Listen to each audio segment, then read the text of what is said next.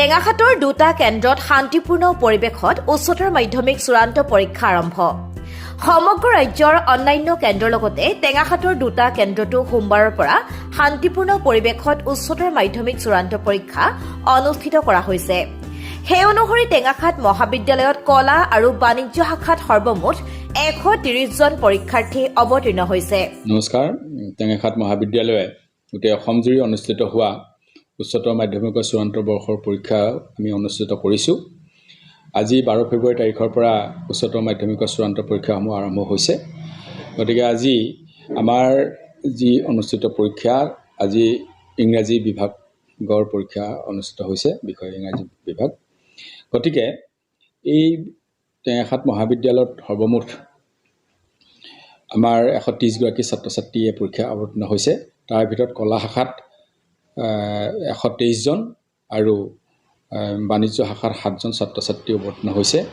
ইয়াৰ ভিতৰত কলা শাখাৰ 123 জন ছাত্ৰ ছাত্ৰীৰ ভিতৰত ছাত্ৰ হৈছে 64 জন আৰু ছাত্ৰী হৈছে 59 গৰাকী। ঠিক তেনেধৰণে বাণিজ্য শাখাতো ছাত্ৰ আছে 2 জন আৰু ছাত্ৰী আছে 5 জন। গতিকে এইখিনিয়ে মিলাই আমি আজি পৰীক্ষা অনুষ্ঠিত কৰিছোঁ। আমাৰ উচ্চতৰ মাধ্যমিক শিক্ষা সংসদ তথা চৰকাৰে যি নীতি নিৰ্দেশনা আমাক দিছে, সেই নীতি নিৰ্দেশনা অনুসৰি আমি পৰীক্ষা অনুষ্ঠিত কৰিছোঁ। আমি ছাত্ৰ ছাত্ৰীসকলক কাউন্সিল বা শিক্ষা সংসদৰ নিৰ্দেশনা অনুসৰি ইতিমধ্যে আমি তেওঁলোকে পৰীক্ষাত মানিবলগীয়া নীতি নিয়মখিনি আমি অৱগত কৰাইছোঁ। ঠিক তেনেধৰণে পৰীক্ষাত যিসকল ইনভিজিলেটৰ বা নিৰীক্ষক থাকিব, তেওঁলোকেও আমি তাৰ নীতি নিয়ম সম্পৰ্কে আমি মিটিং পাতি অৱগত কৰিছোঁ আৰু তেওঁলোকে সেইখিনি ফ'ল' কৰিব। আমি ছাত্ৰ ছাত্ৰীসকলক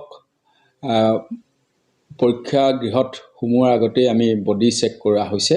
তেওঁলোকক ফিক্সিং কৰিবৰ কাৰণে আমি কেইজনমান জ্যেষ্ঠ অধ্যাপক অধ্যাপিকাক আমি নিয়োগ কৰিছোঁ আৰু তেওঁলোকক সহায় কৰিবৰ কাৰণে আমাৰ 4ৰ্থ শ্ৰেণীৰ মহিলা আৰু পুৰুষ কৰ্মচাৰীসকলকো আমি নিয়োগ কৰিছিলোঁ আৰু সেইমতে তেওঁলোকক শাৰীৰিক পৰীক্ষা কৰি তেওঁলোকৰ পৰা বিশেষকৈ যিবিলাক ইলেক্ট্ৰনিক ডিভাইচ, মোবাইল বা এনেকৈ ইলেক্ট্ৰনিক ঘড়ী, এইবিলাক আমি জব্দ কৰি এইবিলাক আছুতীয়াকৈ ৰাখিছোঁ আৰু তেওঁলোকক মাত্ৰ নীতি নিৰ্দেশনা অনুসৰি এডমিট কাৰ্ড, ৰেজিষ্ট্ৰেশ্যন কাৰ্ড, কলম, পেঞ্চিল আৰু এখন ট্ৰেন্সপাৰেণ্ট হাৰ্ডবোৰ্ডহে নিবলৈ অনুমতি দিয়া হৈছে আৰু এইখিনিয়ে লৈ আমি ছাত্ৰ ছাত্ৰীসকলক আমি কৰিছোঁ।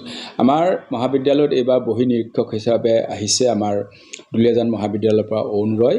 তেখেতে আমাক খুব সহযোগিতাৰ কামখিনি আগবঢ়াইছে। তাৰোপৰি আমাৰ যি স্থানীয় পুলিচ প্ৰশাসন আছে, তেওঁলোকে আমাক খুব সুন্দৰভাৱে সহায় আগবঢ়াইছে।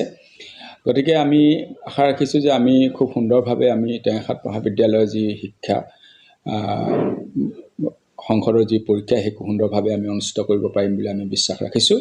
আমি আশা ৰাখিছোঁ ৰাইজে আৰু সকলোৱে আমাৰ সহযোগিতা আগবঢ়াব বুলি আমি কামনা কৰোঁ। ধন্যবাদ। ইয়াৰ সমান্তৰালভাৱে টেঙাখাট উচ্চতৰ মাধ্যমিক বিদ্যালয় কেন্দ্ৰত কলা আৰু ভকেচনেল শাখাত সৰ্বমুঠ 179 গৰাকী পৰীক্ষাৰ্থী অৱতীৰ্ণ হয়।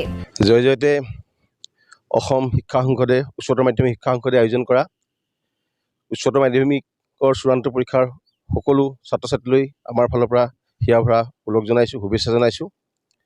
এইবাৰ আগৰবাৰৰ নিচিনাকৈ টেঙাখাট উচ্চতৰ মাধ্যমিক যি চেণ্টাৰ আছে, এই চেণ্টাৰ পৰীক্ষা আমি সুকলমে অনুষ্ঠিত কৰিবলৈ আগবাঢ়িছোঁ। আজি আপোনালোকে জানে ইংৰাজী বিষয়ৰ পৰীক্ষা আছে।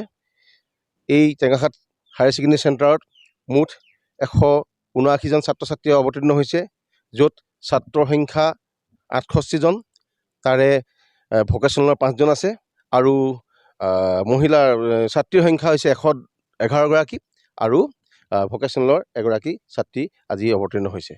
গতিকে সকলোলৈ আমাৰ এই টেঙাখাট উচ্চতৰ মাধ্যমিক বিদ্যালয়ৰ যি আমাৰ চেণ্টাৰ আছে, তাৰ পৰা আমি সকলো ছাত্ৰ ছাত্ৰীলৈ শুভেচ্ছা জনাইছোঁ আৰু যাতে সুকলমে আমাৰ পৰীক্ষাকেইদিন কাম শেষ হয়, তাকে আমি আশা কৰিছোঁ।